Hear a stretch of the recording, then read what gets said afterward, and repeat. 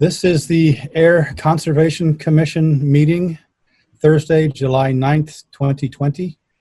Welcome to everyone. Do we have confirmation of agenda? Yes, the agenda is fine, just as written. All right. So motion to approve the agenda as written. Second. All in favor? Aye. Aye. Opposed? Chairman votes aye. Agenda is approved. Approval of meeting minutes. Anyone have any comments about the meeting minutes besides they're excellent? Nope, they look good. Or lifesaver.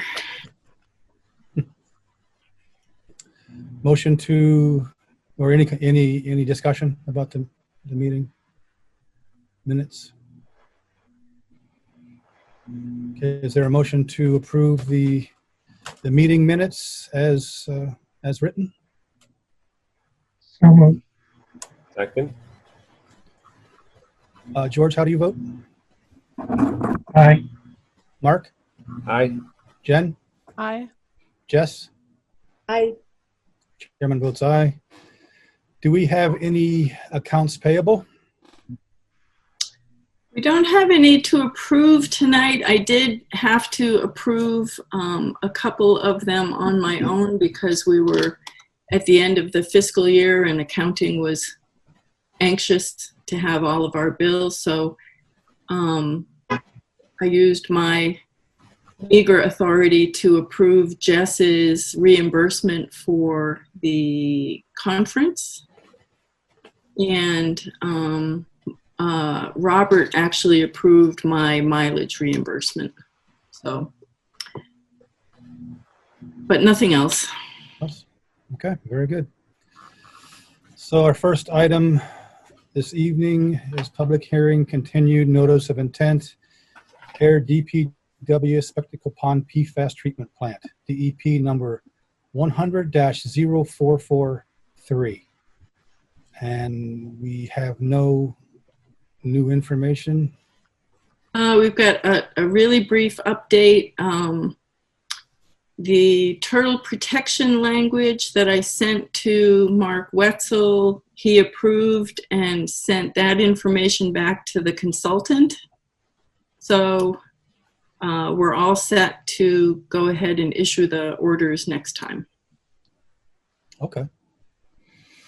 All righty. Is there any discussion? Nope. Motion to continue the public hearing, notice of intent for Ayer DPW Spectacle Pond PFAS treatment plant, DEP number 100-0443 until our next meeting, which is, if someone could tell me, July 23rd. what is it, 23rd? Yes. Thank you very much. So moved. Second. George, how do you vote? Aye. Mark? Aye. Jen? Aye. Jess? Aye. Chairman votes aye, so we will continue the public hearing June 23rd. Our next item this evening, public hearing continued, notice of intent at 0 Washington Street, Ayer Solar 2B, DEP file number 100-0444. Do we have any new information concerning Ayer Solar 2B? We have a very brief update. We've set an engineering review meeting for this coming Monday, July 13th from 4 to 5 p.m. By way of Zoom. The 13th? Okay. The 13th Yes, at 4? yes. Okay. And other than that, I don't think there is any really new information that I need to report, although I do see Kyle here, and we could maybe invite him to be exceedingly brief if he wants to add anything. Good evening, Kyle. Good evening. Thank you, Joanne and Mr. Chair. I will be brief and just say that we'll be well prepared to have a good discussion with the peer review on Monday.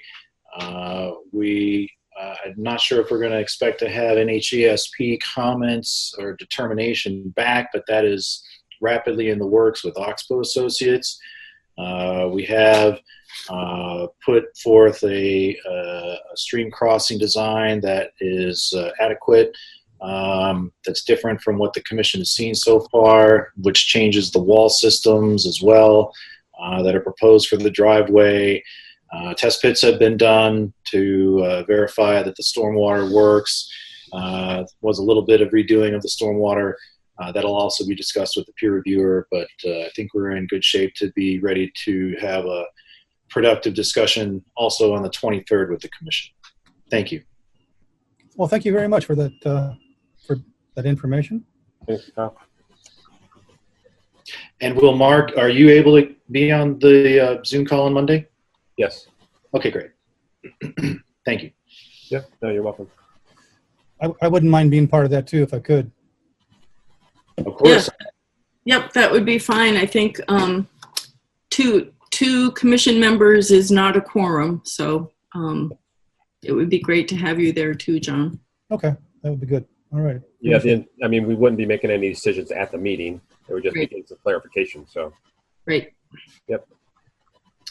So when our IT director has been on vacation this week, so hopefully she's back on Monday and can put together the Zoom invitation with the town's account.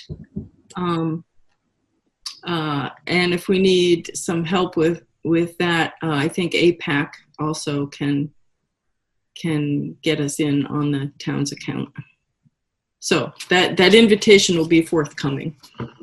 Great. Thank you very much. Great. Thank you, Kyle. Thank you. Thanks. So, I'm sorry, go ahead. We do have to do a motion to continue. Yep. John's on it. I was just about to do it. Is there a motion to continue the public hearing, notice of intent at 0 Washington Street, Ayer Solar 2B, DEP file number 100-0444 until our next meeting, which is June 23rd? July July 20th. 23rd. I'm sorry? July 23rd. Oh, I'm sorry. Yeah, you're right. Thank So you. moved. Second. Jen, how do you vote? Aye. Jess, how do you vote? Aye. Mark? Aye. George? Aye. Chairman votes aye. So we will continue this until July 23rd. Alrighty, our next item this evening is a public hearing notice of intent, Lot 6, Shaker Road, DEP file number 100-0437.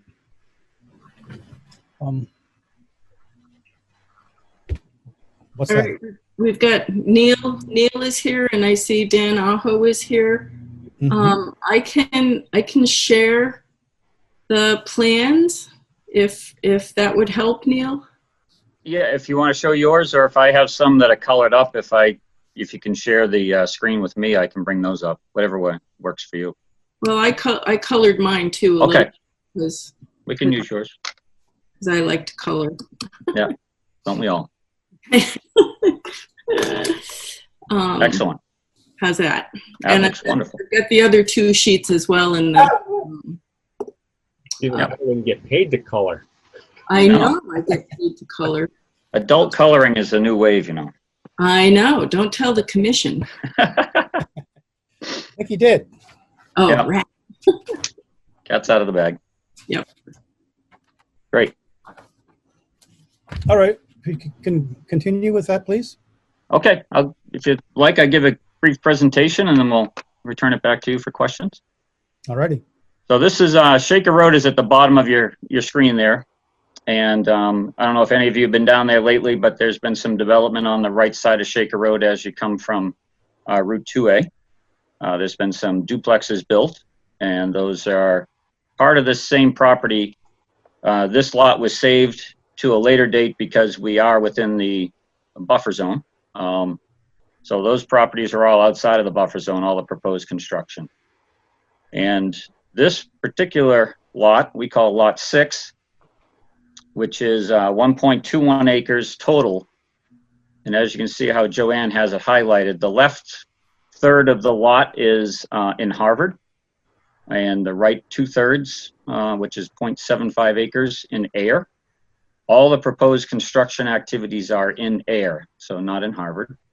And what we're proposing here is also a duplex with a smaller footprint than the ones that are being under construction right now or have been recently completed.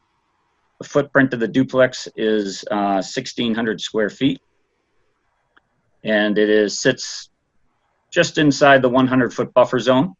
A little bit of it is outside the buffer zone, and then the driveway going straight out to Shaker Road. A double wide driveway for a duplex. The wetlands, as you see highlighted, straddling the town line, is a bordering vegetated wetland. And you'll see kind of a squiggly line that kind of runs along the town line and then cuts across the top of the screen. That is the existing tree line. So everything outside of that tree line has been an old field for many, many, many, many years. And still is a field, but not being mowed at this point. And as you can see, a part of it is actually within the wetland area where, some mowing and disturbed activity has happened, as highlighted right there with the dotted area that's shaded. And is that a yellow or a green? Yellow. That's an existing field, but the actual wetlands are creeping into the field outside the tree line. So just kind of giving an overview of what the site looks like. So the proposed construction activities is in an existing field. And being that we are dealing with close proximity to the wetlands and stormwater management under Massachusetts regulations, what we're proposing to do for stormwater management features is the roof runoff will be collected by gutters and directed to, if you want to go back to sheet 1, thank you. The roof runoff will be collected by gutters and directed to a rain garden in the back left corner of the house, right there, just outside the 25-foot buffer zone. And those grading lines around it is because it's being built up above the groundwater elevation. And so that will receive the roof runoff and some of the lawn runoff that's pitched in that direction. The driveway runoff the majority of it is being directed towards a rain garden number 2 at the bottom left of your screen where Joanne's pointing right now. And that runs through a stone diaphragm right at the edge of the driveway and then through a sodded area before it gets to the, right there, Joanne, over there to the right by the driveway. Yep, there's a stone diaphragm there and a sodded area as required and recommended by the Mass stormwater standards when you're building a rain garden dealing with driveway or pavement runoff. The difference is the roof runoff, if it's a shingled roof, we're not dealing with any contaminants. If it's coming off a driveway, you want some pre-treatment before it gets into the rain garden. That also is slightly raised up with the grading in order to meet the required groundwater offset from the bottom of that area. So we are on town sewer here. The town sewer goes out the rear of the building and towards the property line on the right through an easement area that goes behind all the other house lots that are formerly part of the same property and out to Route 2A. We are connecting to town water out through Shaker Road. That activity is outside the 100-foot buffer zone.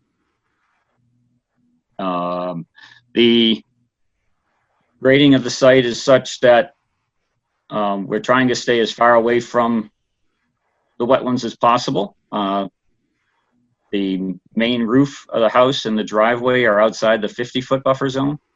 The one corner of one deck is just inside the 50-foot buffer zone.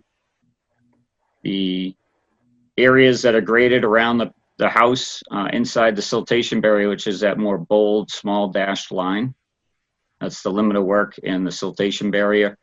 That will be lawn when we're done. And there isn't any trees out there. It is all field. And so we have proposed on sheet 2 a mitigation plan to kind of improve the environment out here, especially so near to the wetlands. So we are proposing to let that area that's within the wetland zone that's currently a grass field to just kind of grow and return back to its natural state. And just outside that, you're going to see a crisscrossed hatch pattern with some plantings.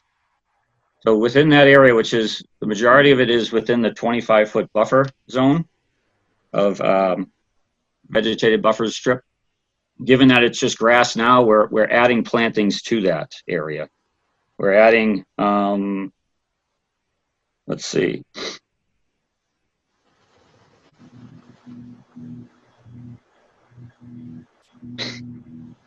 Oh, hey, look at that. There we go. Yeah, there's some plantings up in the corner there, what's recommended. So, or we recommended plantings.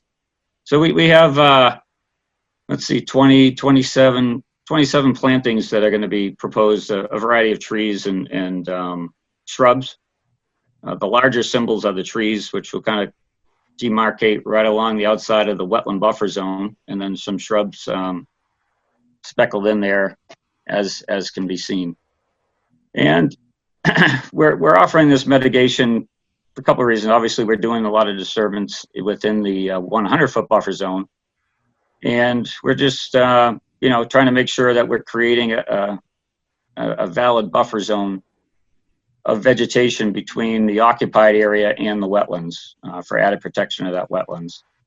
Down on the bottom left corner, Joanne, by the rain garden number 2, yeah, there's a small portion of that area inside the buffer zone, just to the left where there's a couple of, yeah, right in there.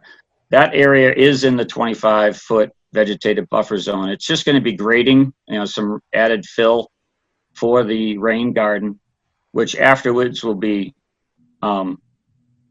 seeded and then some shrubs planted on that 3-to-1 slope. And in exchange for that disturbance, we've offered to add some more plantings out behind the house between the 25-foot and about the 75-foot zone.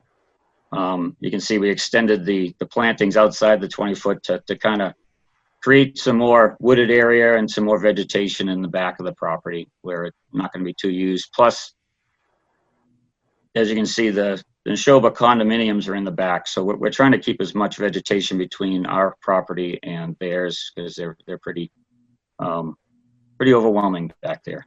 And we've provided stormwater calculations, which include the calculations for the rain garden and incorporating this new disturbance added to what was previously submitted to the planning board for the site plan review process for the other properties, the other 5 lots. So the other 5 lots does have a feature that comes onto our property, and one of those is the footing drains of the new duplexes that were built or in the process of being built. Footing drains, which is just moving groundwater, not contaminated water. Working with the town and the highway department, they didn't want us to send that out to the road, obviously, because they already, want to make sure that their stormwater system in the road works. So we have piped the other 5 lots footing drains, excluding the existing house in the midst of those, onto lot 6, right there. Yep. And it's going to daylight to an area of riprap just outside the 25-foot buffer zone. So again, that's, just groundwater, not anything that's touching pavement or any other, land surfaces that may carry contaminants. So our original plan had an easement for it to outlet there, and I provided Joanne at her request, good catch, to extend that easement a little bit further to capture that 6-inch drain pipe that outlets to that riprap area. So it's a low velocity, it's a non-surface water, and we're just making sure everything's going gravity downhill. So we feel we've, put together a fair plan. I'd like to point out that the proposed duplex on this particular lot has been shrunk from the other ones being built on the road by about 330 square feet. The other ones are a little over 1,900 square feet. This one is about 1,600 square feet. So they're cognizant of the impact to the area, and we're trying to minimize it as much as possible. And we feel we've tried to put our best foot forward on this from day one. So I guess with that, Mr. Chairman, I'll turn it back to you. Thank you very much for that You're welcome. presentation. Are there any questions or discussion from the commission? How much are you raising the grade there? So the grade on the 290 to 294, 289, approximately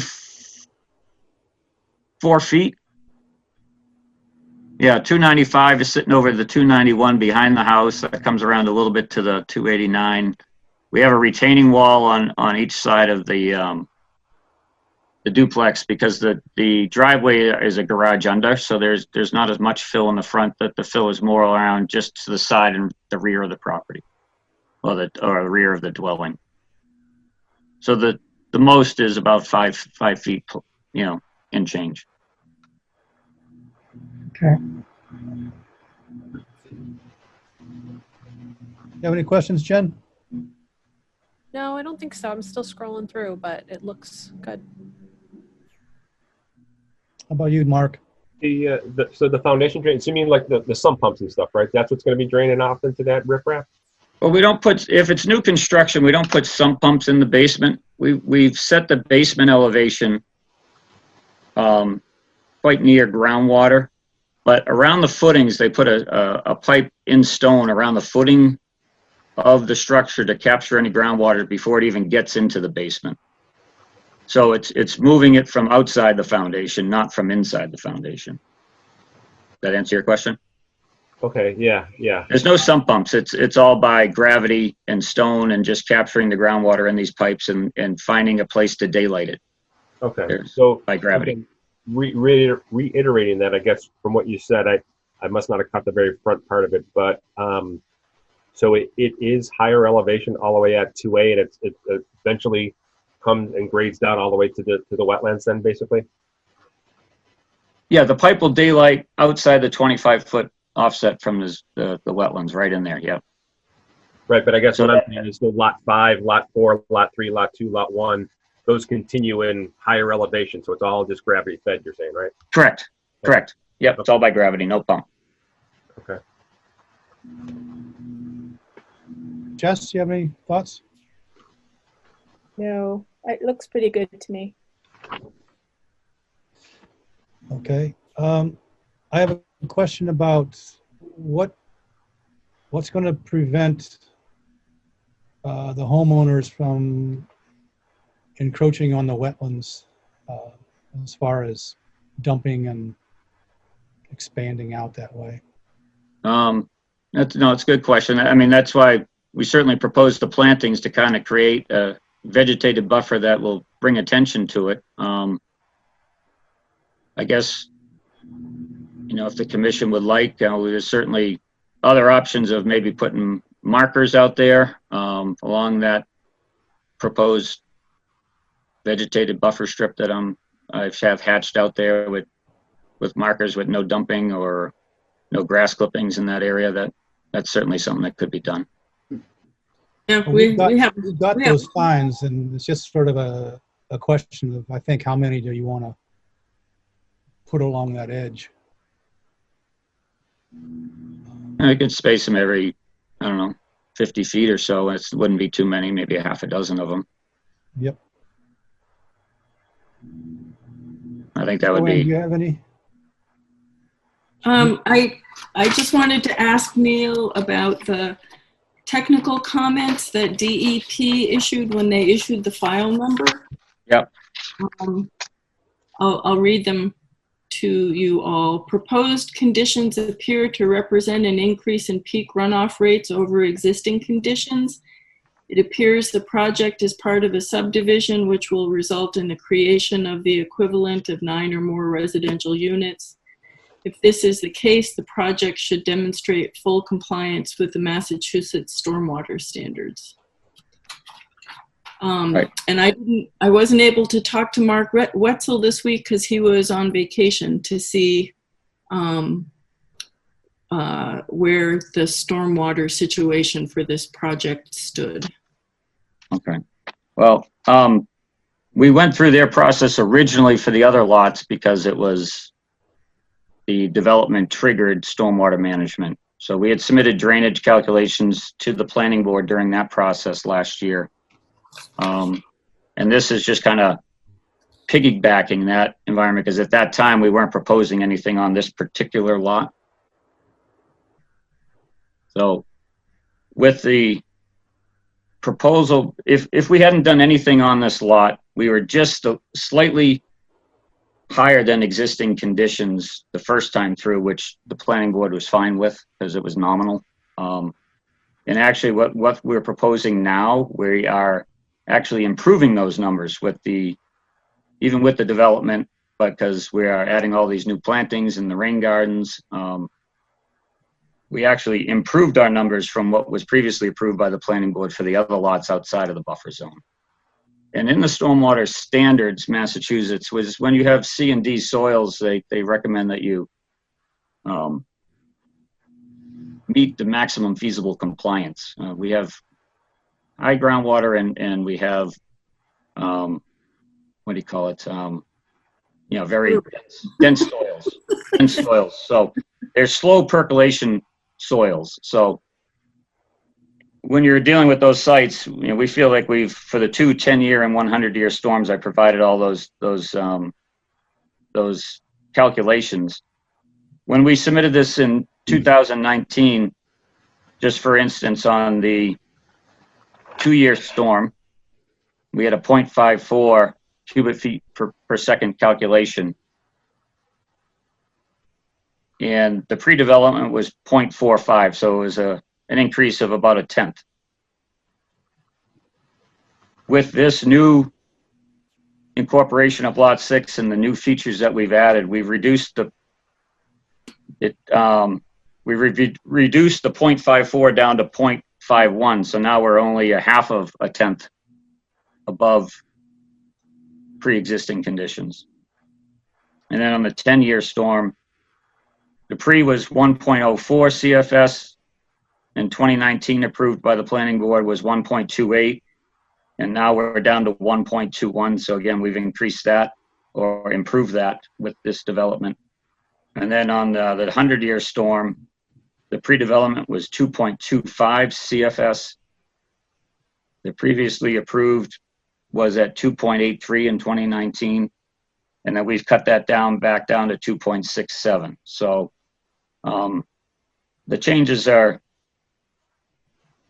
within a couple tenths, more or less, of what the preconditions were. So given that we're dealing with high groundwater and slow percolation rates, we feel we're real close to where we need, we're being quite fair with that aspect of it. But And I welcome Mark's thoughts on that too. But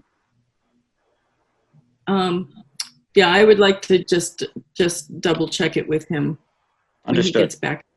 Yeah, I was hoping he had time to do that before tonight, but Well, I know everybody's busy. I'm busy too. or on vacation or something. I know. Are there any other comments from the commission? Neil, just a question on that riprap and that drain. What's the depth of that? The depth of the riprap? No, the depth of the PVC, the 6-inch PVC as it comes across. Okay, if you can zoom in a little bit for me on sheet 1, Joanne. I guess what's the depth of it at the lot line between 6 and 5? I mean, it's a solid pipe, so it's not receiving any water at that point. Yeah, I guess where I'm going, I'm just wondering, as opposed to bringing the riprap and putting it pretty much right at the edge of the 25-foot buffer, is there a way that we could bring that along the lot line between 5 and 6 and dump it out more north of the 50-foot buffer in the back, along towards the easement, so that we get more, time for the water to percolate instead of being dumped right into the 25-foot? I can take a look. I think it was pretty close to just having the minimum pitch all the way from up the hill on Shaker Road, but I'd be certainly glad to double check those numbers. But I think we were trying to meet the minimum pitch, and I can see if I can pull it back some as far as I can. Again, it's a non-surface water, and the riprap is just it's there to help disperse the water rather than rutting it right out there, and it also slows the velocity down as well. So that's the purpose of that long riprap stretch there. Understood. Yeah. But I can double check that for you, Mark. I'd be glad to. Okay. And can you explain the next to the driveway? You said there was a barrier or something. There's a stone diaphragm. There's a detail on, I think, sheet 2, Joanne. Rain garden down the bottom, I believe. There it is. So on the left side, it's reversed in the diagram, but so there's there's the edge of pavement going from left to right. Then it goes through a 12-inch diaphragm that's wrapped. It's a filter wrap, fabric wrapped around stone. Okay. And again, this is directly from the Mass Stormwater Handbook.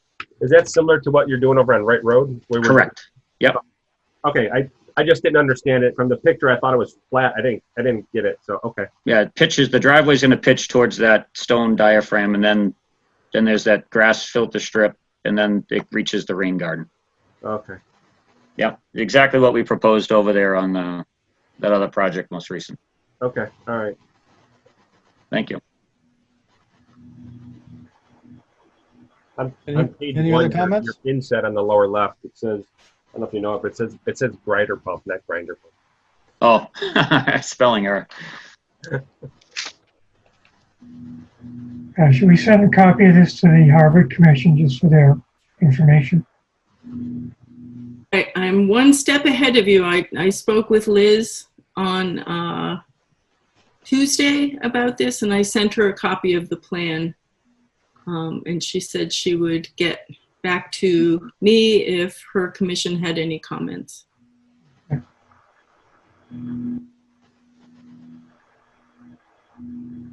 Any other comments?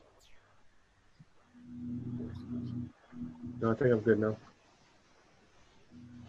Are there any comments from any viewers in the audience?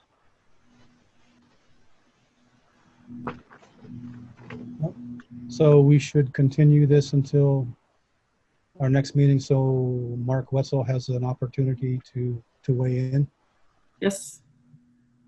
Are we foregoing a sidewalk?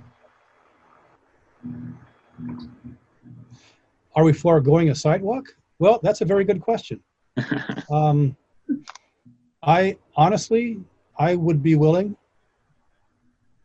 to go on a sidewalk. Me too. If proper guidelines are observed. How do you all feel about it? Be fine with a site walk. I would be too. Good.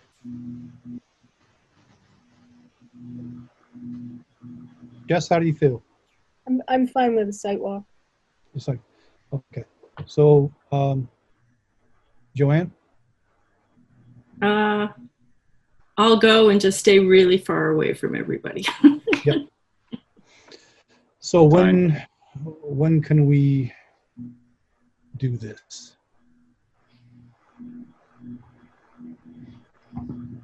a really, really hot day. Well, it's going to rain on Saturday. This coming Saturday? Yes.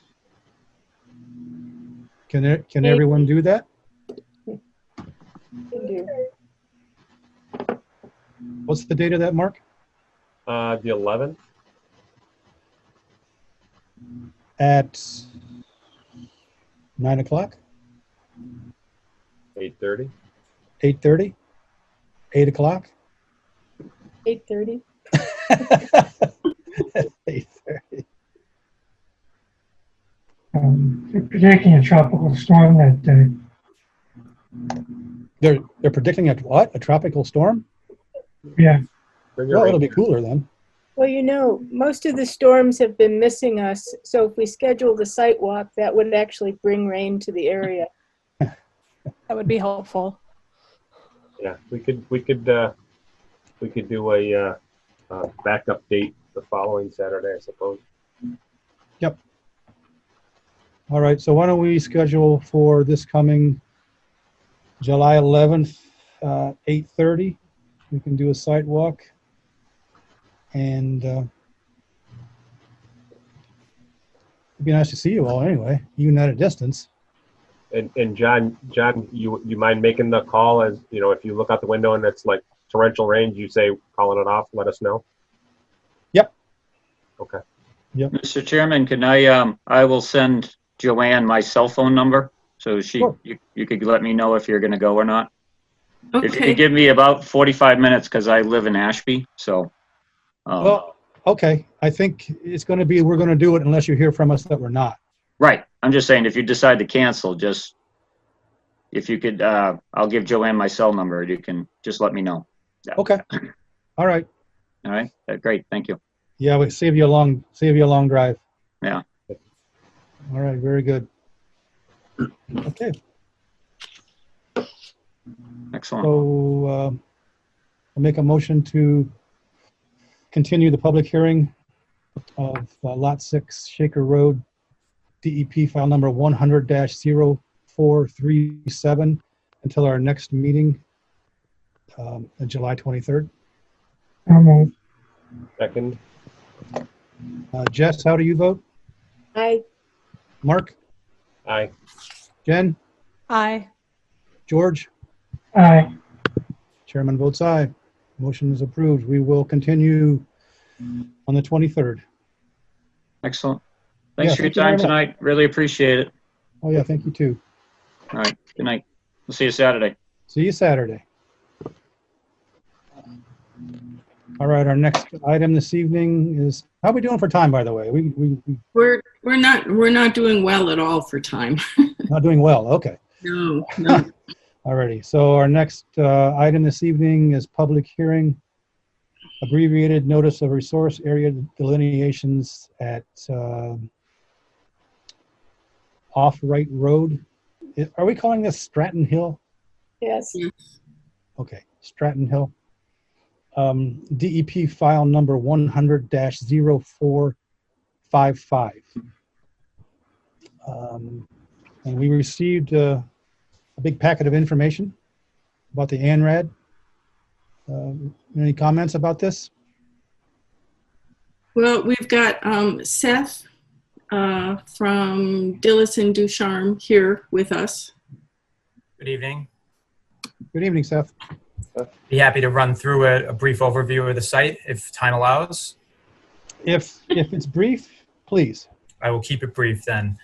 So you have a key sheet in your package, and that basically shows the area around the Stratton Hill subdivision. So that's the partially built road, Off-Right Road. And we've identified several wetland areas on the site. They're all numerically addressed, and they also have a alphabet number before them to signify different areas. And so briefly, you have along Long Pond, you have the A series flags, and that's on the western side of the site. They begin near Wright Road and they wrap around the site, and there's a large beaver pond at the what I call the rear of the site, which is north of the end of the U-shaped portion of the road. And then we have several other areas that generally drain back down towards Wright Road. And those are your D, E, and F series wetlands. And those areas are much better defined by topography generally. There's steeper slopes there and some ledge outcrops in that area. So we have the pond and then some pretty broad bordering vegetated wetlands throughout the area. The site is partially constructed and it's bisected by a fairly large utility easement too. So that makes a little bit of a break in the vegetation. I'd be happy to address any specific areas. I know you've had a little bit of time to look at this, but it's certainly not under ideal conditions. So I can give highlights of any section that you'd like of the site. I'd like to just interrupt and read the DEP technical comment that came with this file number. Mass DEP recommends the use of DEP field data forms as a standardized method for presenting wetland delineation data. DEP notes the ability of the Commission to employ third-party review of the submittal at their discretion. Should be noted that a number of locations within the on-site wetlands are mapped as potential vernal pools. While the extent and classification of these areas as vernal pools has not been confirmed, aerial imagery of the wetland systems indicate that they may hold standing water throughout critical portions of the year and may therefore have sufficient characteristics to support vernal pool obligate species. So we don't have any field data forms with this submission. Yeah, so we started this work in February and March, and obviously we've been interrupted by unexpected events here. We're more than happy to provide data forms at any point on the site that you'd like. Right here we have pretty much 5 distinct wetland series, so we could provide a set for each of those. If the Commission chose to employ an outside consultant to review this, we'd also be happy to work with them and pick some key areas to provide those data forms. As far as the vernal pools go, there are potential vernal pools on the site. This site is subject to NHESP, and that would be addressed later in the permitting process should the project ever get to that. So I would recommend to the Commission that we do a peer review of this wetland line. It's it would take me 6 months to check all these points. I'm just being facetious there, but I think it would be a good idea to peer review the line. Makes sense. Yeah, I agree. Anyone else have comments on that? I agree. I agree. Agree. So, Joanne, can you get some names for some companies to bid out on this?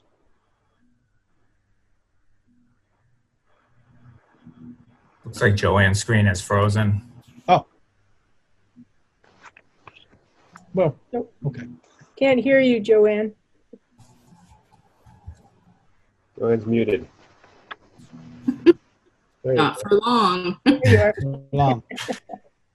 Did you hear? Can you supply Seth with some names of companies for peer review? Oh, Yes, I think we usually put out an RFP, and I will run a selection of firms by Seth. We can, I think, I like to get at least 3 proposals back, and that usually means putting out about 5 or 6 requests. But I'll work with Seth on that. We appreciate that and have no objections to it. Okay, great. John, I hate to be the timekeeper, but if we can move along, it would be great. All right. Are there any other comments or questions? Anyone from the audience viewing that has a comment or a question? In that case, is there a motion to continue the public hearing ANRAD off Wright Road, Stratton Hill, DEP file number 100-0455 until our next meeting on July 23rd. So moved. Second. George, how do you vote? Aye. Jen? Aye. Mark? Aye. Jess? Aye. Chairman votes aye. We will continue on the 23rd. Thank you, Seth. Thank you for your time. We'll see you on the 23rd. See you on the 23rd. Yes, sir. All right. Our next item this evening is a public meeting of a request for determination 71 Nashua Street, Ryan Clinton. Hey, there are Clintons. Hello. Good evening, everyone. Look at this. Hello. How are you this evening? Doing well. Doing well. Definitely appreciate you giving us the chance to bring our project before you. Let us know what you'd like to do. So the project that we have in mind is an expansion of our driveway. Basically, we proposing putting an 8-foot widening of the driveway, about 73 feet down the edge of the existing driveway, and then creating a small turnaround that's about 26 feet by 22 feet at the end of that. And I provided a basic drawing of the proposed project in the packet that I submitted. That would be the third figure. And as referenced, there is a tree right next to the proposed turnaround that's about 65 feet away from the stream that runs under the culvert in the driveway, which is proximal to the nearest wetland. But essentially, we would be removing the land about a foot down below the current level of the driveway, replacing it with crushed stone, and either capping the surface with additional compacted crushed stone or some other sort of asphalt or other surface as we're able to put in. So this is adding to an existing driveway? We should mention that our driveway is currently very narrow. Yeah. So we can't actually back out of our garage and get back down our driveway. So this would allow us to back out of our garage and be able to get down our driveway. So I've shared with you the approved plan for this subdivision. But I think what happened when they built the house was that the driveway now comes into this part of the garage. Yep. Yeah, that doesn't look like our driveway. That's correct. No. And so there is no turnaround. It's just this. I've tried to back down this driveway. It is not possible. So when I colored this up this afternoon, this is very unusual. You guys are pinned in between two wetlands here, and this yellow is your upland. So everything else is buffer zone. I don't think I've ever seen this turn out. Yeah, we've been going under the assumption that we are just entirely buffer zone, and so any projects we'll be bringing to you. Yeah, you do have a little teeny tiny bit of your very own upland here. So fortunately in that schematic, actually a lot of the dirt that we would be moving is in the upland zone. Oh, of course. And we should also mention that the dirt there is already disturbed. When they put in our driveway, they tore it up and never did anything with it. They just kind of put it back. So we're not disturbing really any new soil. And the soils that you're taking out, you'll take those off-site quickly? We'll either screen and use it for landscaping on the property or remove any that is not used for that purpose. Yeah. Okay. Any comments from the commission? So is that a 2-car garage that you do have? That's correct. So it's an under-house 2-car garage. Okay. And so as it comes around from where, Joanne, where your cursor is, yeah, so it's single car width all the way up pretty much to the front of the house and then just turns into a... Then 90-degree turn. Okay. And single car like my Prius. Right. That kind of car.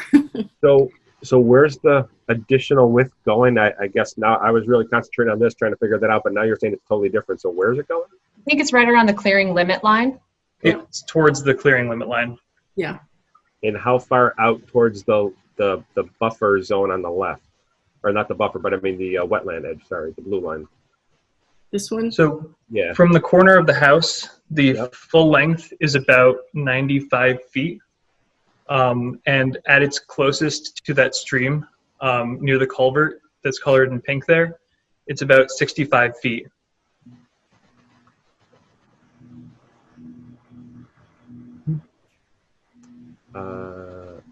Okay, so if we guesstimate, are we saying that where the 300 elevation line there, that's about as far down as you're going with the width addition?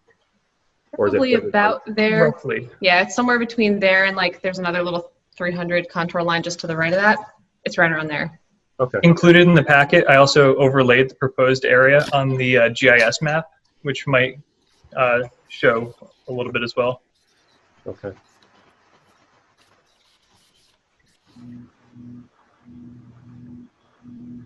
Any other comments?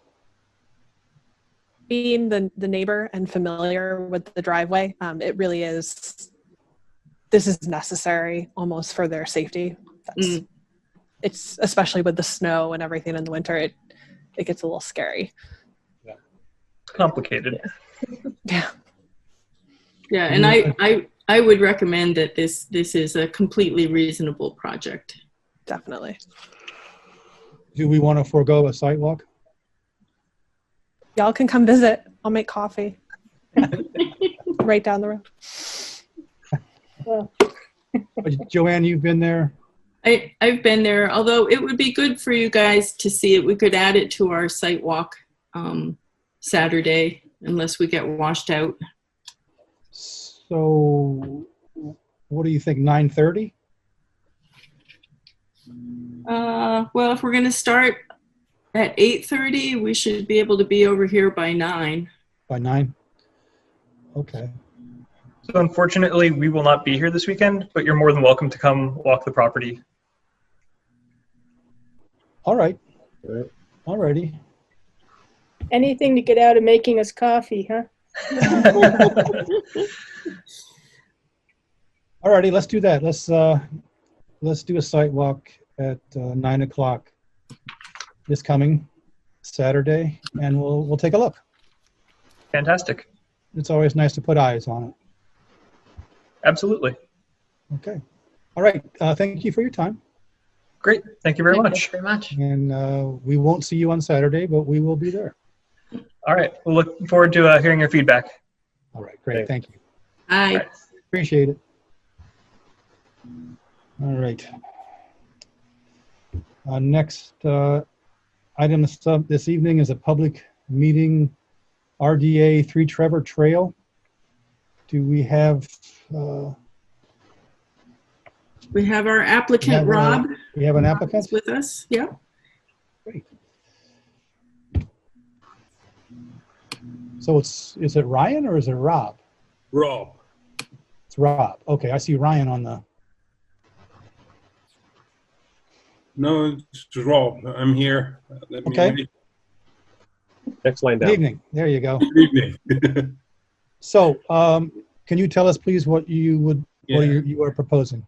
Yeah, we would like to build a stamped concrete patio in our backyard. Currently, our house doesn't have a patio or how do you call it? A deck. The patio would be about, if I remember correctly, 17 by 13 feet with a small addendum of 7 by 7 feet. It's in the drawing, a simple drawing that I showed you. Mm-hmm. And 2 walkways. One walkway to our, what I would call landing. It's a very small landing at our, how do you call it, sliding doors. And one that goes to the front, to the garage. We have chosen stamped concrete because one of our children is handicapped. She's in a wheelchair and walks with a walker. And this is basically the only surface that would really make it possible for her to go there by herself. We have, and that is why we chose this material. Currently, our backyard is upcoming grass, I would say. It's leveling down towards the wetlands. The area is like 0.6% of the whole lot that we would make the patio and the walkways together. That's the project that we propose. Can you tell me what that little 7 foot by 7 foot little bump out is? Yeah, all that is where we would put the barbecue, so that it is a little bit off from the table. We made it as small as possible so that our table fits, and then a small lump where the barbecue goes so that it stays away from the table. That's the only thing. Yeah, I was just curious. Yeah, but we have done that in the past. It keeps walking around the table possible. Yep. And you don't have to make the area much larger because you also put the barbecue there. Right. Will that also be stamped concrete? That everything will be the same so that it's uniform. Yeah. So Rob's house is number 3 Trevor Trail, which Correct. Which is the house that's up the long driveway and sits sort of behind number 1 and whatever the house number is. 5, yeah. Yeah. And I was screen sharing, but I think I have the wrong plan labeled as, I don't know. So this is, he has really also next to no upland on his property, but this is well away from the wetland line. Any comments? Any questions? I'm happy to answer any questions you have. Should we add this to our list for Saturday site walk? Take a quick walk through. Yeah, we'll be in the neighborhood. So 9:30? That's fine. Yeah, we still have it laid out with our snow sticks, so you can see where the plan is. Okay. Great. All right. Yep. So if you'll be around, that'll be great. Yeah, we will be here for sure. Okay. All right. Then we will see you Saturday morning, 9:30. Okay. All right. Thank you, sir. Thank you. Bye-bye. Thank you. Bye-bye. Bye. All right. The next item this evening is the enforcement order update on 0 Central Avenue, Mr. John Hillier. We have any information on that? Well, I see we have Mr. Hillier and his attorney, David McKay, and Kyle is back. So the update from the office is on Monday, we issued 21 violation notices to Mr. Hillier for failure to file the notice of intent as required under the enforcement order, the last, most recent enforcement order.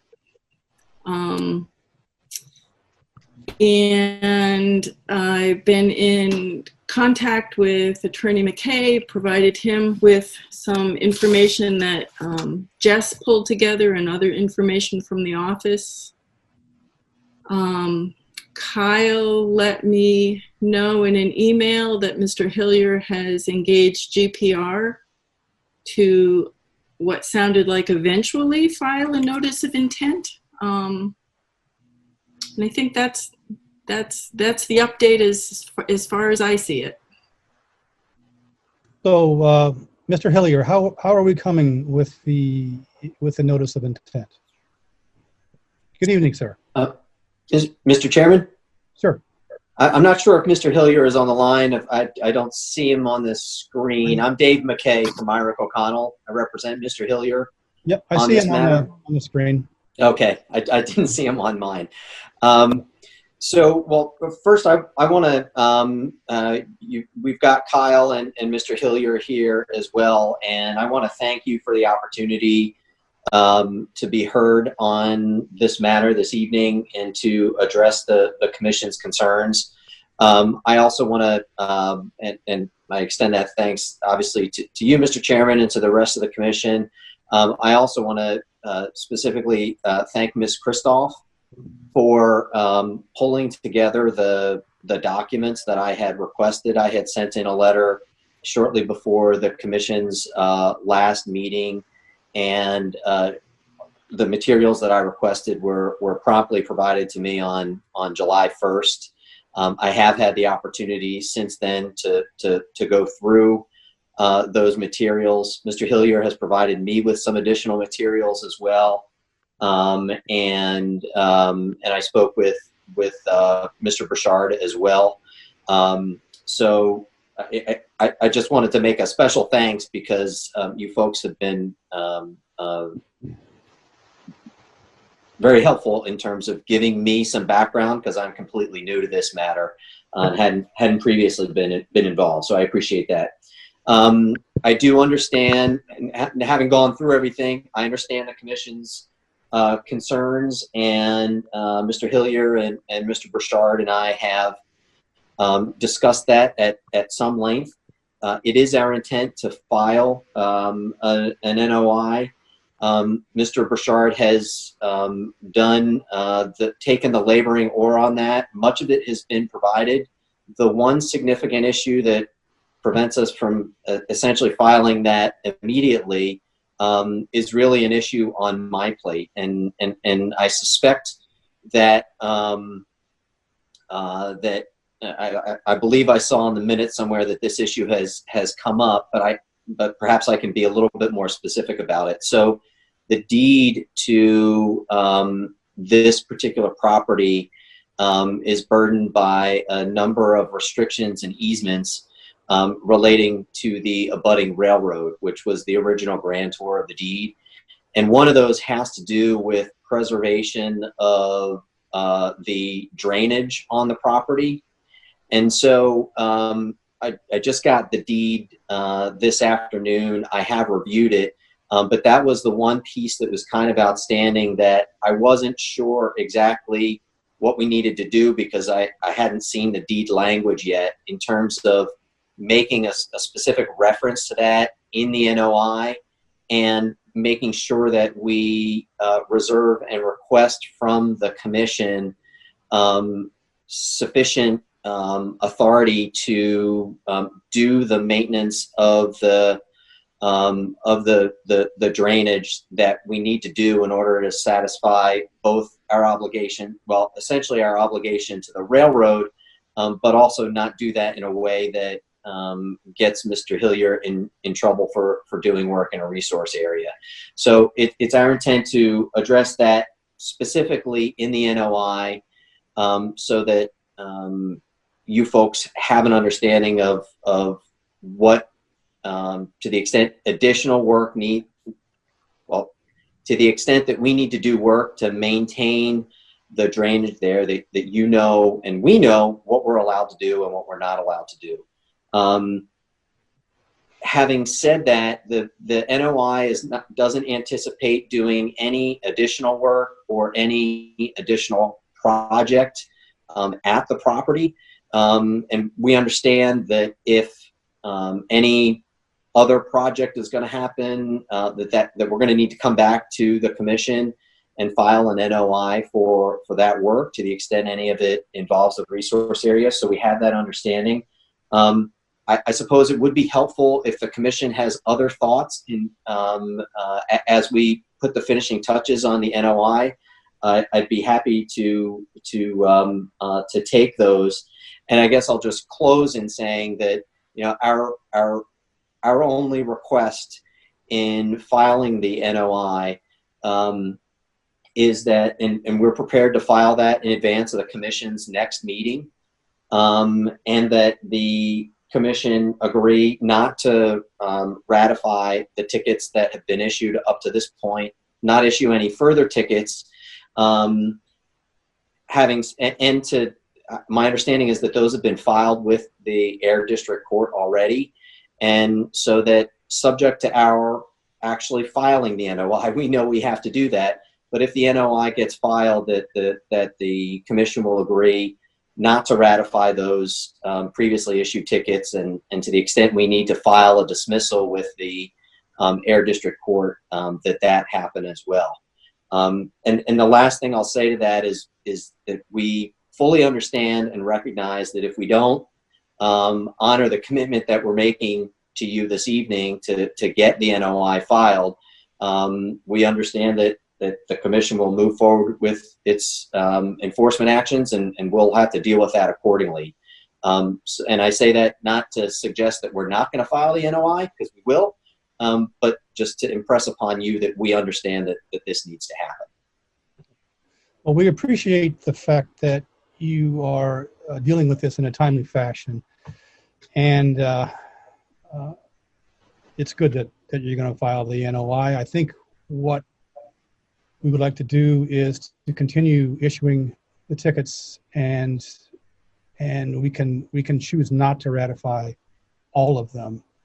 But I think until we see the NOI, we will just continue to issue tickets. Mr. Chairman, with the understanding that when the NOI is filed, that the commission will take action to will vote to not ratify the tickets, and to the extent we need to file a dismissal with the district court, we'll do that as well. Well, that was always the intent. That's why we wanted to make a statement. But if you are, we saw that you're working with us in good faith, that we could choose not to ratify. Yeah, we could choose that, but I still want to see the NOI, and I want to make sure that it's at least up to snuff. I mean, obviously there's deliberations and things after that, but just the filing of the NOI itself is not going to dismiss the ratification, I would say, John. Yep. Any other comments from the commission? One question. So, I mean, did we want to talk about any sort of restoration of some of the damage done to the area, or mitigation? Or I know that some of our enforcement orders talked about some restoration. Well, I think it probably should be done.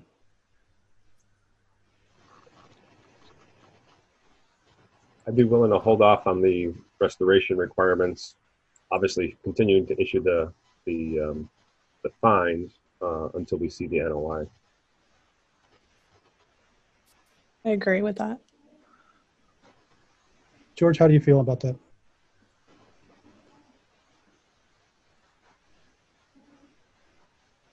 George, you're on mute.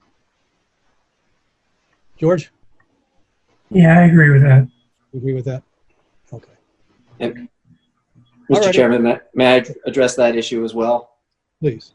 I'm happy to. So our intent with the NOI filing is not to include a specific restoration plan or to include restoration measures.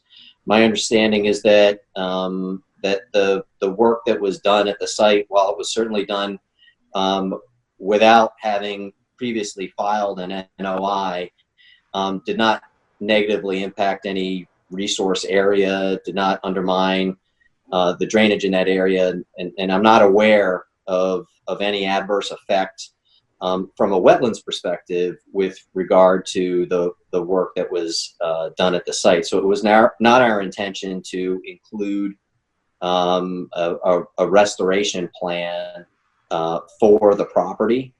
So I don't want to sort of mislead you into thinking that there was that we had immediate plans in that regard, and that would be our request to the commission that we will file the NOI plan. We'll file it timely, but that kind of work was not anticipated for the property. Okay. Any other comments? Any comments from Mr. Hillier or Mr. Bouchard? I was clearing that was, Wait, who's talking? I think it's Joanne, but it's Joanne, you're breaking up with the- froze again or something. Oh. Joanne, if you are speaking, Joanne, we can't hear you. I know it's the problem with living in the country. I would just like to say that some of the tree clearing work was actually done within the resource area. I have photos taken shortly after the tree clearing was done, and to the extent that the resource area needs to be restored, I would suggest that the commission at least request the replanting of the trees that were removed within the resource area. Well, I don't think it would hurt to plant a few trees. Or be that. I guess And now I can't really hear you. Joanne, is part of the NOI, I would anticipate some of that to be addressed, and so that's why I wanted to wait for the NOI. Maybe I'm misunderstanding what you're saying, though. Well, I thought that's what Mr. McKay was saying would not be included in the NOI. Is that correct? Yeah, if we could be clear, Yeah. the property trees that were removed some years ago are regrowing and regenerating on their own. If you've seen the vegetation over there, you'd be quite impressed. I don't feel there's anything necessary to remediate any action that's been taken over there. We have spent tens of thousands of dollars on engineering and now are beginning into the same with legal fees. The fact is, any possible development of that property is out of the question. There couldn't be any amount of building or development that would make it financially possible with the amount of money that's gone to this point. And so therefore, nothing will happen on the property. The NOI will specifically say that nothing's going to happen on the property. It will heal itself like nature does, and off we go. I'm asking the commission to forego the fines, starting once that NOI is established and submitted to you, and that we all walk away friends. That is my hope and intention. All right. If we see the NOI and we're happy, I think we can talk about the fines, about not ratifying for sure. And it's always our intent to walk away as friends. Thank you. And I do see that it's growing back. I don't know what exactly it is that's growing back in there as far as trees, but it is coming back. And possibly just because we need to save some time for the rest of our meeting is that we leave it as forego the restoration aspect of it and move ahead with the NOI and see at our next meeting how that is. Thank you. Anyone else agree or disagree with what I just said? Again, I think before making a decision, John, let's see what the NOI says. Let's have it written down on paper. Let's actually see it. Let's read it. Let's digest it. And then we can come to some sort of decision and or vote. Yep. I think the question David asked was, to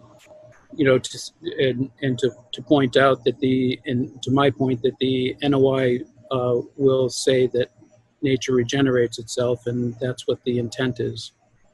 So I'm not sure what further could be discussed or provided. Unfortunately, we're unable to get that submitted by the new 2-day ahead deadline that's required.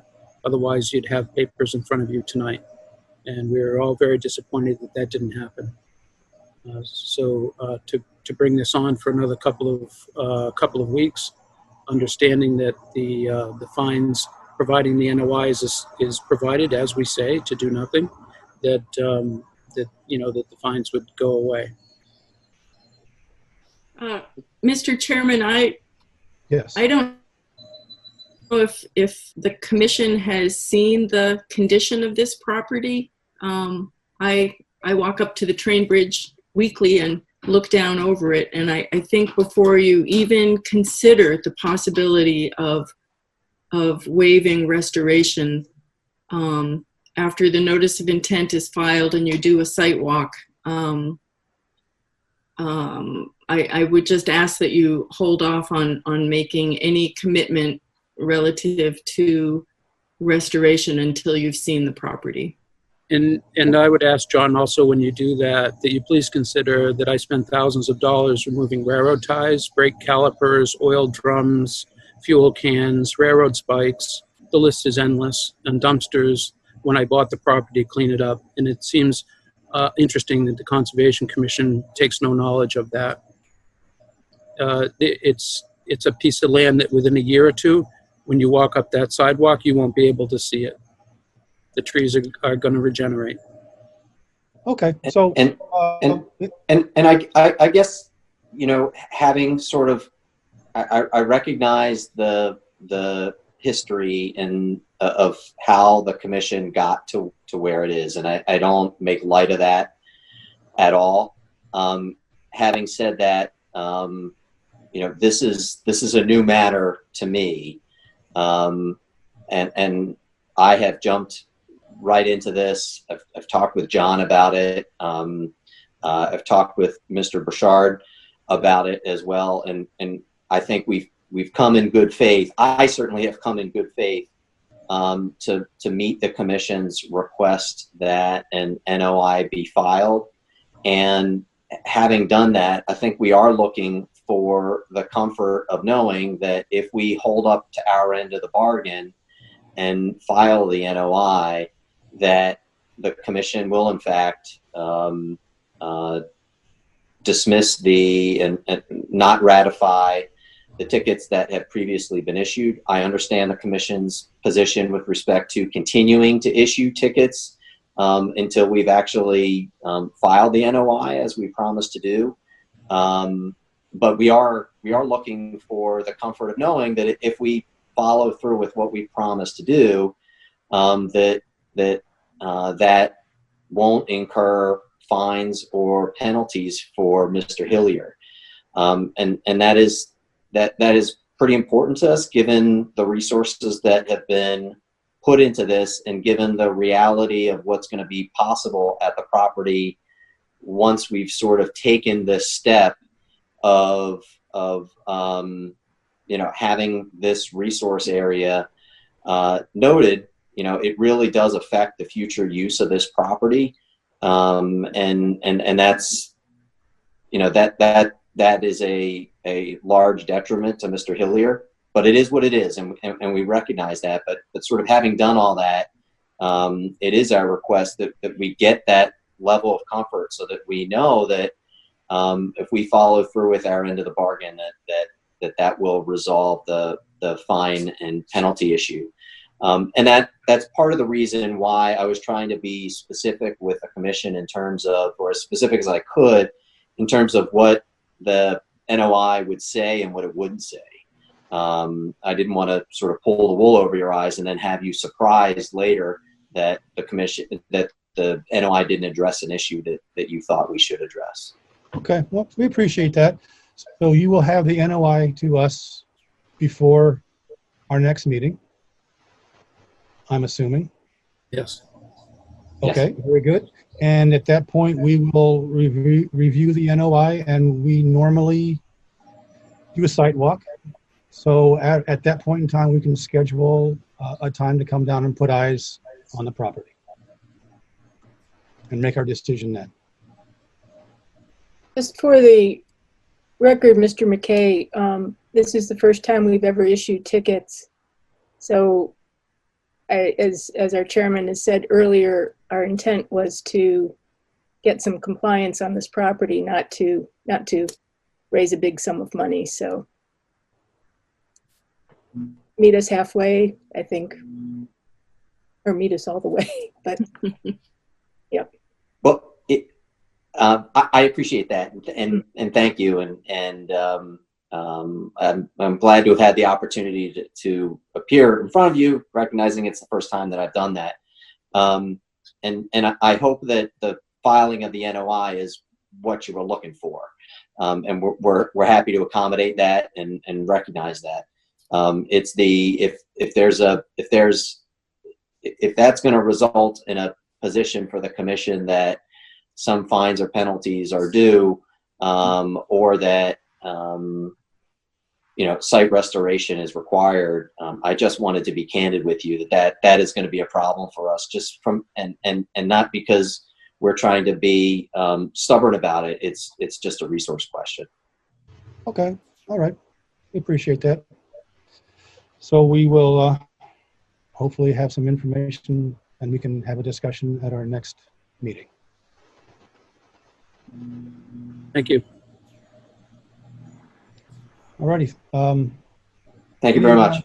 Anyone else have any comments before we go? No? Okay. Well, it's nice to meet you, sir, and thank you. And John, it's good to see you. Thank you, Mr. Chairman. Thank you, Commission. Okay. Thank you. Nice to meet you, Nice Mr. to meet Chairman. you. Thank you, Commissioners. Yep. Good night. Good night. Okay.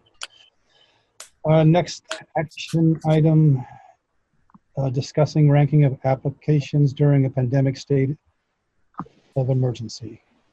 Hey, John, just want to do a time check. So we got 9 minutes. Yeah, I know, I see. Yep. Well, this should take one of those 9. The Bishop Road NOI is not ready yet. They're still looking for a surveyor. I'm proposing for an agenda for our next meeting, the Canongate RDA, if Kyle actually gets the paper copies of it to us. It's been filed electronically through the town clerk's office, but I don't have the hard copies yet. Opening an NOI for New England Power for a very complicated looking soil boring project. Doing soup to nuts on 156 Washington Street, which shouldn't be a problem. And we've received a notice of intent for the drawdown of Speck Pond. I just didn't get it on the agenda. So that's a lot to do on top of the things we're going to be continuing. Yes, it is. But we will do our best. We will. We do have the latitude to put some of these things off if we think it's in all applicants' best interest that we not try to take on too much in one meeting. And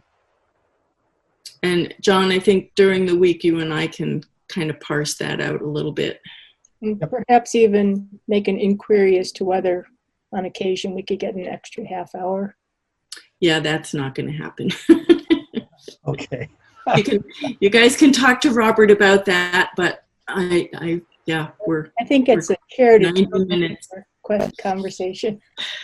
It would be nice, but I can see why not. Yeah. Yep. So we move on to a discussion about bylaw regulations and limited projects. In 7 minutes, George, you came up with a list of some projects, limited projects that would be allowed under the bylaws. Do you want to talk about those a little bit? Yeah, I just took comments that I received from you guys and sort of put them in an outline form too, that we could then sort of flesh out what the specifics we wanted to include in each one. So you want me to go through the list real quickly? Sure. Go ahead, Jess. Oh, I thought you were going to say go through I'll have one comment, but I'll wait. Okay. Invasive plant removal. I think we're okay with that. How do you all feel about that? The use of herbicides, we should think about that very carefully. Well, I guess I sort of meant invasive plant removal by physically. Well, that first one is for up on the ground. Not including aquatic vegetation, but yeah. But as one of our issues is the use of fertilizer and other chemicals on land that slopes down to ponds, Right. wetlands. Yep. We should think about that one. The next one, which is probably going to be hard to decide anything on, is installation of docks. I know there's been people that have come to us and asked about docks, and they did what they wanted to do anyway. So I'm not sure what about. I mean, it'd be nice to know what people are doing as far as putting in a dock and how they're doing it. That we Go could ahead. just have some sort of standard as long as the dock met certain limits, and they could go ahead and install it. You know, certain size, you know, way of mounting, not altering the shoreline type thing. Yeah. George, when you say temporary dock, do you mean something that can be like that's wheeled out like seasonally, that kind of thing? Yeah. Okay. Or a floating dock that could just be. Yeah. I just that's why I want to understand the temporary aspect of it. So yeah, moving it in and out. Okay. Tree and shrub plantings, native species. So if you got a shrub that's dead, you can pluck it out and put something else in its place. Small scale landscaping project, excavation. That seems like more than just a small project. I think use of the words excavation or filling we want to avoid because the bylaws, and the Wetland Protection Act talk about no removing, filling, dredging, etc. So you don't want to be. That's not buffer zone. What was that? That's wetlands, not the buffer zone. Yeah, but the buffer zone is now a resource area for us in our local bylaw. Yeah, right, but I think that's what George is getting at, right? Is that what are we going to allow based on our bylaws versus right? So yeah. Okay. Yeah. Shoreline maintenance, which is like removing cattails and dead vegetative matter on the bottom. That just seems, I think if you want to clean up your area a little bit, that's fine. If you want to create a new area, that's not fine without some guidance. That was actually my one area of comment is at some point maybe we could get a half-hour Zoom to include, say, the circuit rider and just get some 3 minutes and just get some feedback on what we can and can't issue as guidelines for residents along ponds to do in the water. Because as the more I look at it, even removing, raking out, or anything that approaches dredging, I think it'd be nice to know that we would not be telling people, oh yeah, you can do this, but then they're in violation actually of the state law. So yeah, no, I agree. Yeah. Okay, that sounds very good. And what is beach nourishment? Is that like just adding sand? Is that what that is? Or? Yeah. Okay. All right. Which I take it it's okay to do in Sandy Pond because it's sand. That's been our policy in the past. Well, what about other ponds? Probably not, right? That's kind of what Jess was just talking about, right? Yeah. Yes, I think we need some advice there of we don't want to be telling people, oh yeah, you can do this or you can do that, and then it's like, oh, you're actually breaking state law. Right. So. Okay, that's a good thought. It's a good start. Yeah. Okay. Yeah. We've got 1 minute. Safety issue of a tree removal is not, I don't think it's an issue ever. Joanne, you have a minute. We have 1 minute, and have nothing I can say in 1 minute, so I pass. Okay. Anyone else have a brief comment before we go? Then we'll see you on Saturday. Make a motion to adjourn. Second. All in favor? Aye. Aye. Aye. We'll just do it. Aye. All right. Good to see you all.